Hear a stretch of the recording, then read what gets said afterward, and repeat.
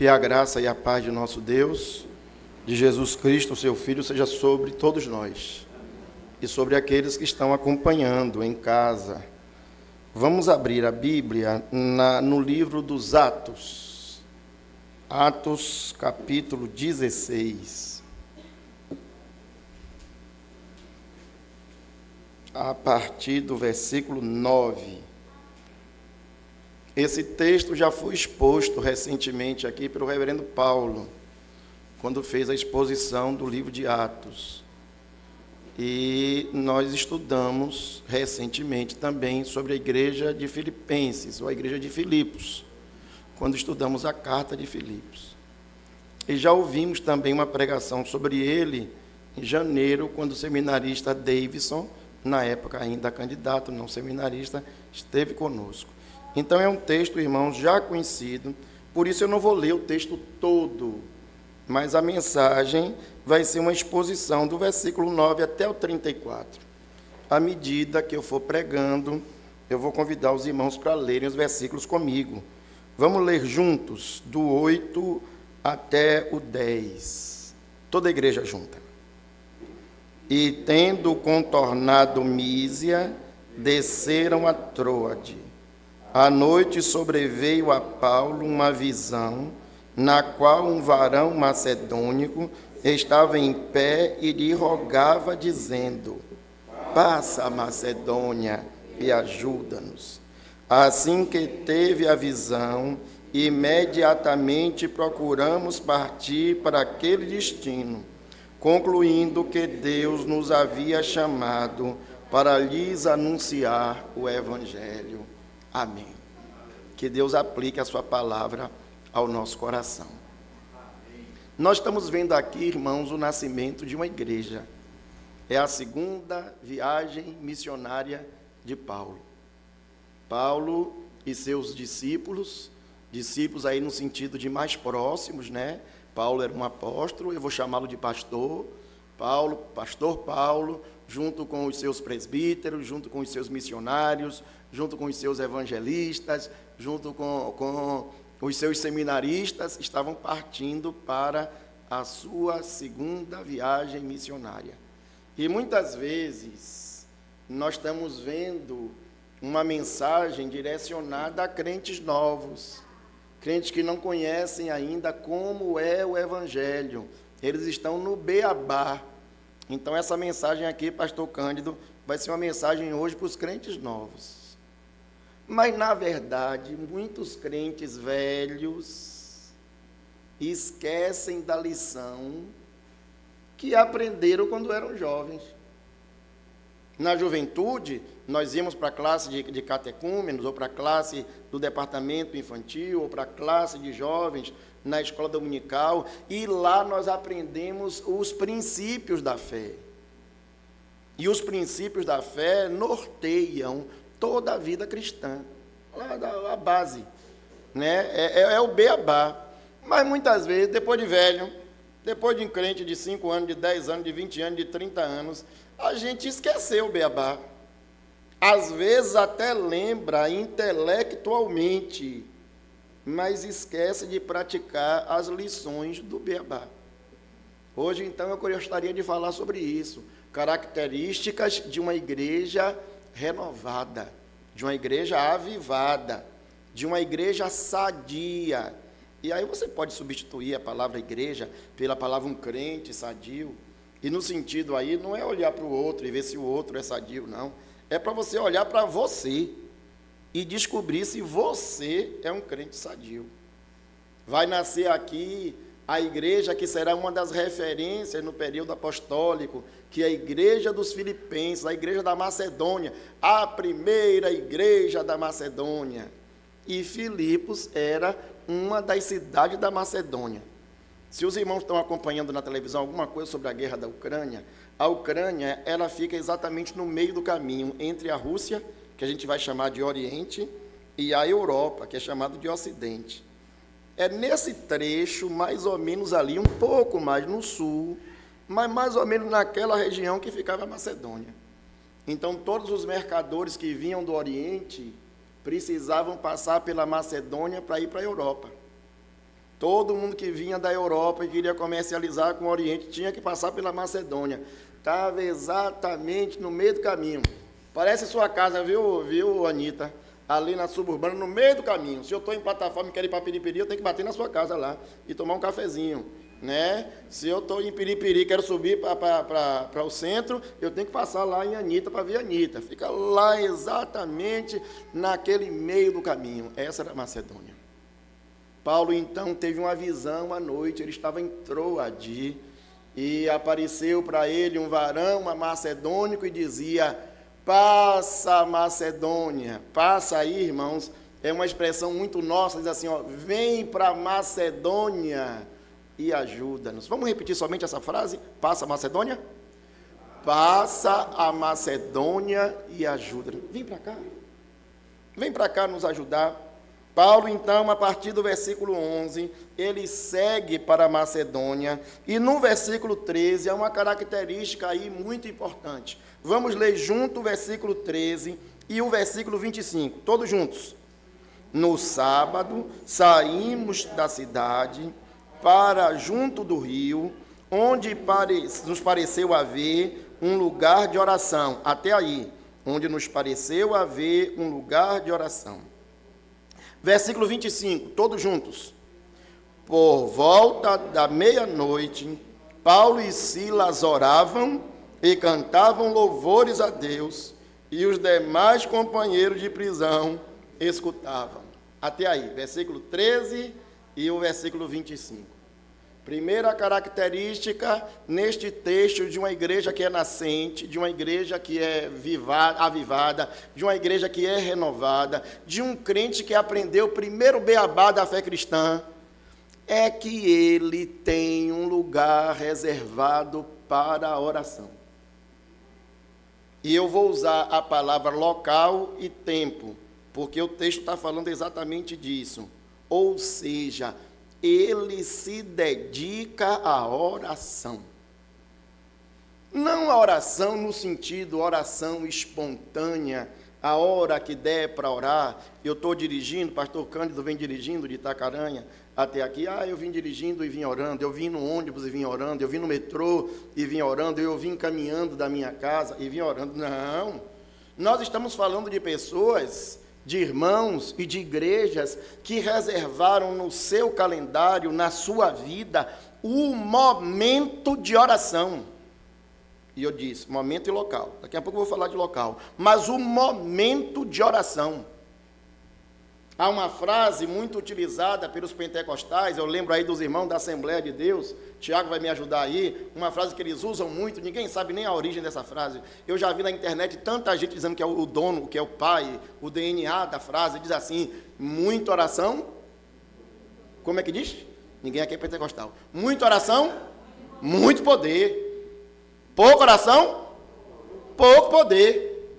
Nenhuma oração, nenhum poder. Às vezes, irmãos, nós queremos experimentar o poder de Deus, a ação de Deus na nossa vida, na nossa igreja, na nossa casa, no nosso trabalho, na nossa nação, e esquecemos do momento de oração.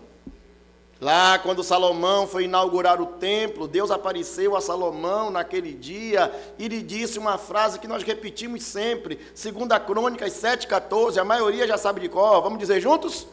E se o meu povo, que se chama pelo meu nome, se humilhar e orar e buscar a minha face e se converter dos seus maus caminhos, então eu ouvirei do céu, perdoarei os seus pecados e sararei a sua terra.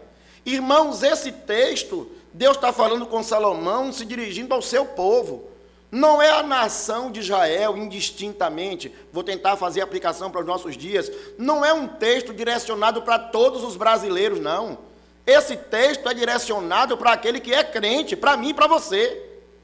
Muitas vezes os males, as pragas, as dificuldades que nós estamos vivendo na nossa nação, primeiro, é culpa do pecado geral. Segundo, é culpa do pecado do povo. Mas é responsabilidade da igreja que não está em oração. Porque Deus nos promete, se o meu povo, é o meu povo, não são todos os povos não, se o meu povo se humilhar e orar e buscar a minha face, aí sim, eu ouvirei do céu, perdoarei os seus pecados e sararei a sua terra, abençoarei a sua nação. Não quer dizer aí que todo mundo se converteu, nem que todo mundo vai para o céu, mas Deus tem um compromisso com a sua igreja que ora, com a sua igreja que intercede. É a mesma mensagem repetida pelos apóstolos, quando encontramos Tiago mais tarde, dizendo que se alguém alegre, nós precisamos cantar louvores. Se alguém triste, nós precisamos fazer oração. Se alguém doente, chama os presbíteros, né? E esses vão ungir com óleo em nome do Senhor. E alguém fica preocupado com a unção com óleo, mas Tiago conclui o seu pensamento dizendo, e a oração da fé, aleluia, a oração da fé curará o enfermo, e se houver cometido pecados, ser-lhe-ão perdoados. Irmãos, eu como presbítero, você como crente, você como pastor, você como presbítero, você como diácono, você como irmão mais simples, eu quero lhe perguntar, você tem se dedicado à oração? Nós temos aquela oração que é individual, né? A oração que é pessoal. Na sua agenda diária, quanto tempo você reserva para a oração? Eu quero falar de mim, não quero falar de você não, viu? Eu estou perguntando a você, mas para mim atingir. Quanto tempo você reserva a oração? Eu digo assim, ó, celular é uma maravilha, celular é uma bênção. Irmão, celular é uma bênção. Celular é uma maravilha. Smartphone é uma maravilha. Glória a Deus. O meu dorme do meu lado, dorme na minha cama, juntinho comigo. Porque eu tenho uma mãe idosa, tenho 3 filhos, que eu sempre digo que são adolescentes. Esse já casou, Caleb já foi embora, daqui a pouco Judá vai embora também. Mas fica na minha cabeça que eu tenho um filho pequeno ainda, viu Carla? Então o celular fica ali no meio junto na cama comigo. Se alguém me ligar de noite, eu tenho que estar pronto para atender. Aí se outro dia se chateou, que me ligou 1h da manhã e eu não atendi. Caí no sono, desmaiei, só fui ver no outro dia. Ela queria um Anador, queria um dipirona. E o pai em casa não viu a ligação.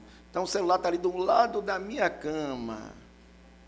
Às vezes, Dilma, quando eu acordo, antes de dizer, Pai Nosso que está, antes de dizer isso, eu já olhei aqui, o pastor Paulo mandou uma mensagem ontem de noite, porque ele não manda mensagem cedo, quem manda mensagem cedo sou eu. O pastor Paulo avisou ontem de noite que vai ter reunião do conselho. O João Nilson está pedindo que libere uma cesta básica, o Vicente vai estar atendendo em Seabra. Aí eu sei da vida de todo mundo, mas não tive o tempo nem de falar com Deus ainda. Alguns, misericórdia, pode dizer misericórdia mesmo, você está falando do presbítero. O presbítero da sua igreja, que é seu líder, que é seu pastor. Se você quiser, Senhor, tenha misericórdia dele. Bota esse homem para orar. Acorde ele, se ele acorda 5, acorde ele 4 para ele orar.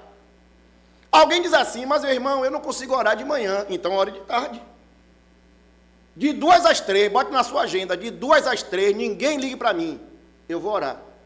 Ou você diga assim, não, de 2 às 3 eu não consigo, então vou orar de 6 às 7, de 18 a 19. Irmãos, o importante é que nós precisamos dedicar a nossa vida à oração. E isso está impregnado em toda a Bíblia, em todo o Novo Testamento. E eu quero me especificar dos evangelhos, porque o nosso maior pastor, o nosso maior paradigma, o nosso referencial, que é Jesus Cristo, o nosso Senhor, ele saía para pregar, ele saía para fazer milagres, mas tinha dia que ele dizia, para tudo aí, pode parar, eu quero orar. Saía com os discípulos para um lugar distante, para orar. E você, meu irmão, e eu, meu irmão, como é que está a nossa vida de oração? E a nossa igreja?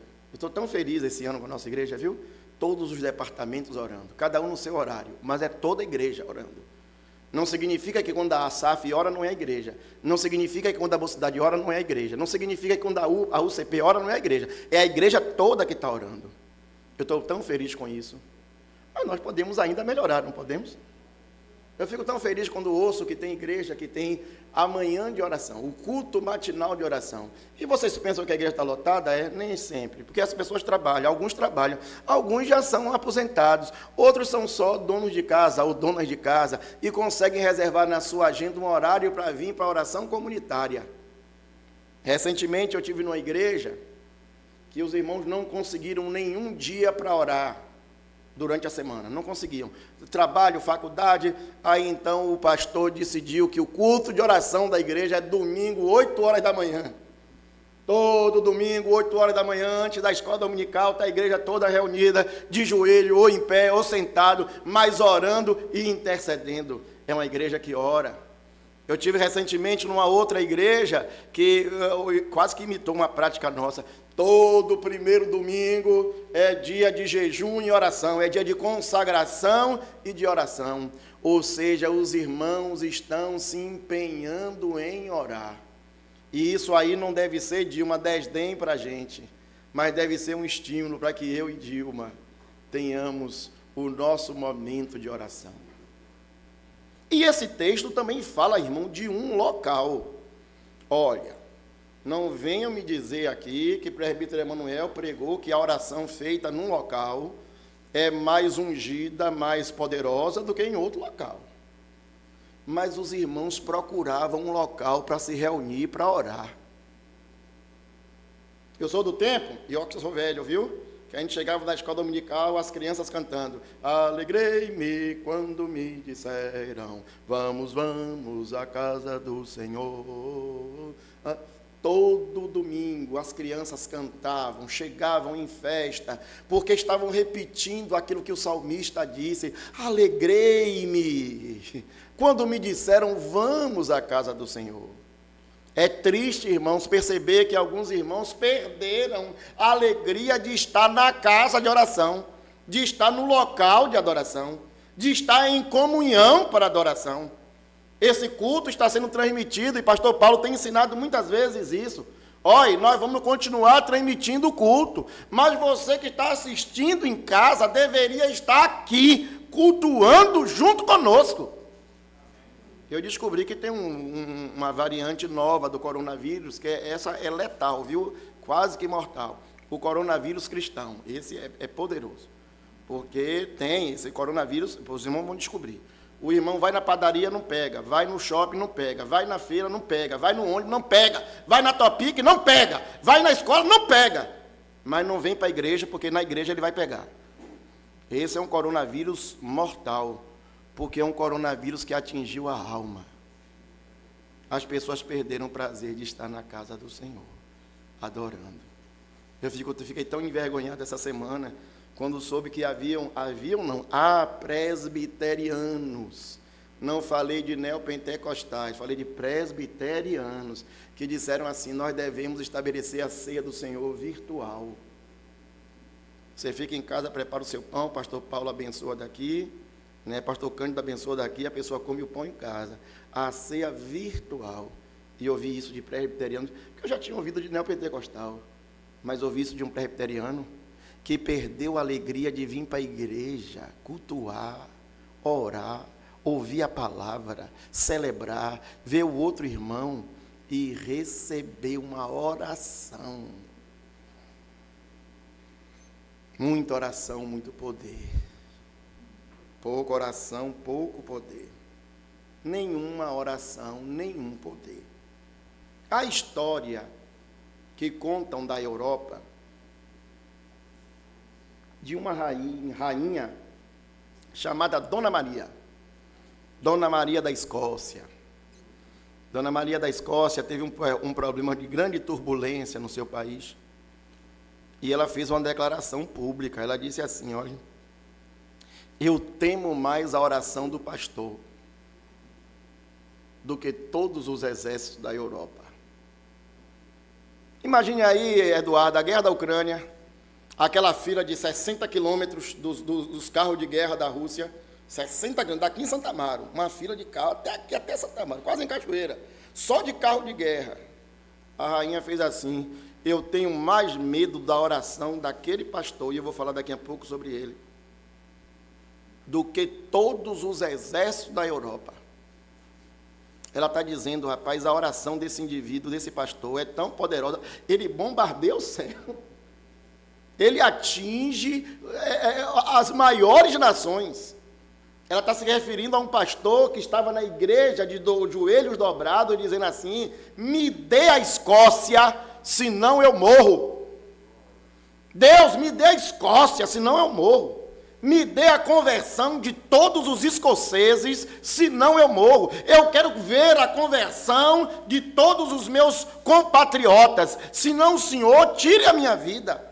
Não havia ali uma ideia de revolta, uma ideia de rebelião, uma ideia de desafio diante de Deus, não. Havia ali um homem que estava com o seu coração dobrado, com a sua alma rasgada, todo humilhado, dizendo: Senhor, o que eu mais quero não é dinheiro, o que eu mais quero não é prosperidade, o que eu mais quero não é a fama, o que eu mais quero é ver a conversão do meu povo.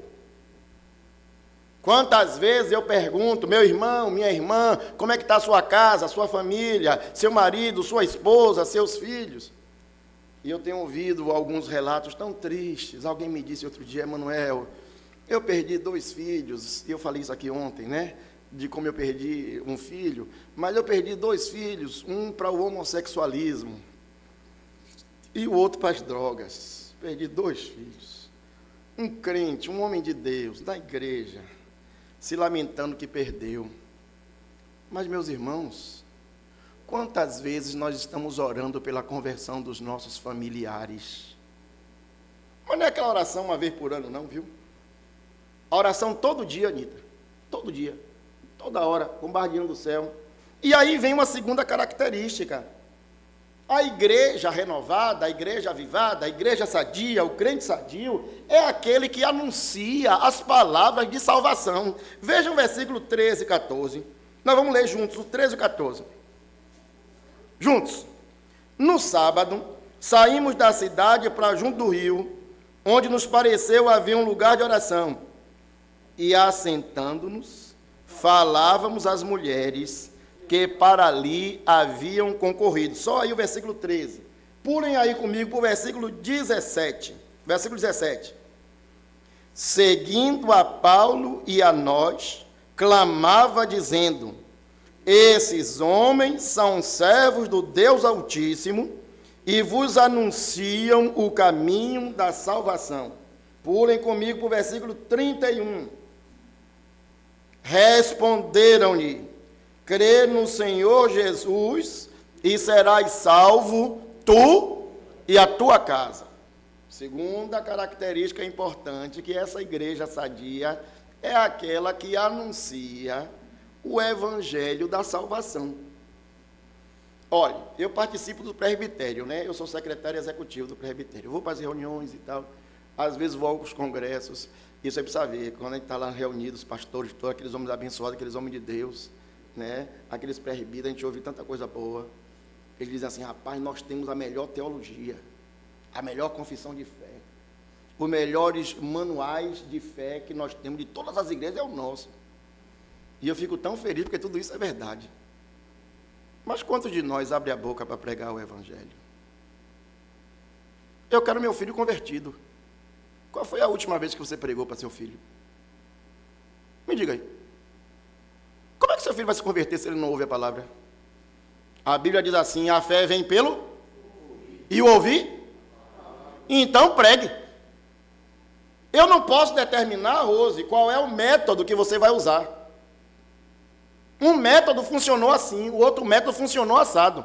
O outro método deu certo, o outro não deu. Mas entre eu e você, nós precisamos fazer um acordo. O que nós precisamos é abrir a boca e anunciar. Eu me lembro que quando eu fui convertido, há 42 anos atrás, 41, 42, lá na Vaz da Gama, a gente pegava a caixa de som, botava no ombro, subia o morro do Alto da Bola, subia o morro do Engenho Velho, descia a Baixa da Égua, ia na Federação, ia lá no Engenho Velho da Federação, ia para a Fazenda Grande, íamos para aqui, Boca do Rio, para o Marbaque, e para anunciar o Evangelho, para pregar o Evangelho. Um levava o folheto, o outro levava a palavra, o outro levava o som. E o evangelho era propagado, era pregado. Muitas das igrejas que nós temos em Salvador, muitas, é exagero meu, mas algumas das igrejas que nós temos em Salvador surgiram assim. Itacaranha, quando era lá em cima, no conjunto lá, Senhor do Bonfim. A igreja da Casa de Sônia, que hoje é a igreja do Marbaque. A igreja da Fazenda Grande, que hoje é a igreja presbiteriana da Fazenda Grande, surgiram assim de jovens que saíam na rua para anunciar o evangelho. Eu me lembro, irmãos, de uma experiência honrosa e vergonhosa. Honrosa e vergonhosa. Eu fui convertido novinho, Paulo, pastor, é mais velho do que eu, e foi quem primeiro aceitou Jesus, e nós fazíamos o culto em casa, à noite, 19 horas, sempre. E depois, por causa do trabalho, por causa da escola, eu tive que estudar à noite, nós paramos de fazer o culto em casa. Rose, Dona Isabel, nossa vizinha, foi bater lá na porta. Minha mãe ainda era espírita, bateu lá, fez: Dona Jacira, os meninos pararam de fazer o culto aqui, foi? Eu falei: foi. Por quê? Porque eu lá na minha casa ficava ouvindo as mensagens e as orações. Muitas vezes eu prego e acho que ninguém está ouvindo. Eu prego e acho que ninguém está escutando. Eu envio a mensagem e acho que ninguém está prestando atenção. Mas a Bíblia diz assim: a fé vem pelo ouvir, e o ouvir a palavra de Deus. Outro dia eu estou na Praça da Piedade, e um daqueles pregadores de rua começou a pregar, e falar, e gritar, e dizer um monte de coisa, e depois ele foi embora. Alguém que estava do meu lado disse: ele é maluco. Mas alguém que estava do lado dele disse: maluco ele pode ser, mas estava falando a verdade. Então alguém naquele ponto de ônibus estava ouvindo aquele maluco anunciar as maravilhas do reino de Deus. Ó, irmãos, é um folheto, é uma Bíblia, é um livro, é uma literatura, é um vídeo, é uma música. Nós precisamos abrir a boca para pregar. Nós precisamos orar aqui na igreja, dizendo: Senhor, dá-nos a boca do rio, senão eu morro. O Alto do São Francisco, a Baixa Fria, o Marbaque, o Imbuí. Ó Senhor, dá-me a minha família, o meu filho, a minha filha, o meu marido, a minha esposa, os meus irmãos. Ó Deus, dá-me a boca do rio, senão eu morro. Você pensa que essa oração é pentecostal? É. Pensa que é neopentecostal? É. Sabe quem fez essa oração, Anita? Foi John Knox, um reformador do século XVI e fundador da igreja presbiteriana. O cara era presbiteriano antes de mim. Quer dizer, antes de mim, ele diz assim: Senhor, me dê a Escócia, é o anelo da minha alma. Mas esse homem não só orou, ele se dedicou a vida inteira para aquilo. Para concluir, irmãos, vejam comigo, por favor, os versículos 18 e 28. Versículo 18. Isso se repetia por muitos dias. Então Paulo, indignado, voltando-se, disse ao Espírito, todos juntos: em nome de Jesus eu te mando, retira-te dela. E ele na mesma hora saiu. Versículo 28. Então, aí é o 29, perdão. Mas Paulo bradou em alta voz, todos juntos: não te faças nenhum mal, porque todos aqui estamos. Nós temos aqui dois personagens, uma menina endemoniada. Você sabe o que é alguém endemoniado? Se você é baiano, daqui de Salvador, do Recôncavo, sabe bem o que é isso, né? A gente fala das religiões de matriz africana, da evocação dos espíritos, a quem eles chamam de orixás e guias. Essa pessoa recebia um guia, um orixá, recebia uma entidade espiritual, balbuciava, caía no chão, tremia. O texto diz que ela adivinhava e dava lucro aos seus senhores. Ela perdia a noção de realidade, o espírito se apoderava dela, ela estava aprisionada ao mundo espiritual. No texto que se segue, nós encontramos o segundo personagem, um soldado. Eu gosto de chamá-lo de oficial, mas o texto não diz que ele é oficial, não, ele é um carcereiro. Mas vou dizer assim, um oficial. Alguém que é encarregado de tomar conta dos presos. A sua responsabilidade era tão grande, Carla, que a casa dele era dentro do presídio. Então observe que esse homem é tão preso quanto os presos, porque ele não pode sair dali. Nós temos um caso, ou dois casos, de pessoas que estão aprisionadas, uma pelo espírito e uma pela sua tarefa, presos, acorrentados. E Paulo, em nome de Jesus, trouxe liberdade para eles. Conhecereis a verdade vos libertará. Se, pois, o Filho vos libertar, verdadeiramente sereis livres. Uma menina atormentada e um homem que estava pronto para tirar a sua vida. A terceira característica desta igreja é aquela que socorre os necessitados. Ela não só prega, ela não só ora, mas ela leva ajuda àquele que precisa de ajuda. Um precisava de ajuda espiritual, no sentido da liberdade. O outro precisava vencer a vontade de se matar, o espírito do suicídio, ou a intenção de suicidar-se. Duas almas aprisionadas, que precisavam de liberdade, precisavam de socorro. Alguns precisam de socorro do alimento, outros precisam do socorro das vestes, outros precisam do socorro da assistência social, outros precisam do socorro da ajuda médica, outros precisam de socorro de uma só palavra. Nós, como igreja do Senhor, instaladas aqui na boca do rio, precisamos anunciar a essas pessoas o evangelho da salvação, mas precisamos também libertá-los das suas necessidades. Que Deus, dia após dia, abençoe a nossa igreja, nosso pastor Paulo, pastor Cândido, o conselho, todos os departamentos da igreja, para que nós sejamos uma igreja que ora, que evangeliza e que socorre aos necessitados, em nome de Jesus.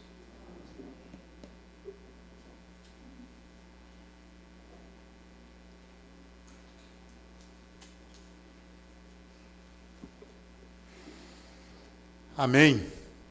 Deus é bom todo o tempo.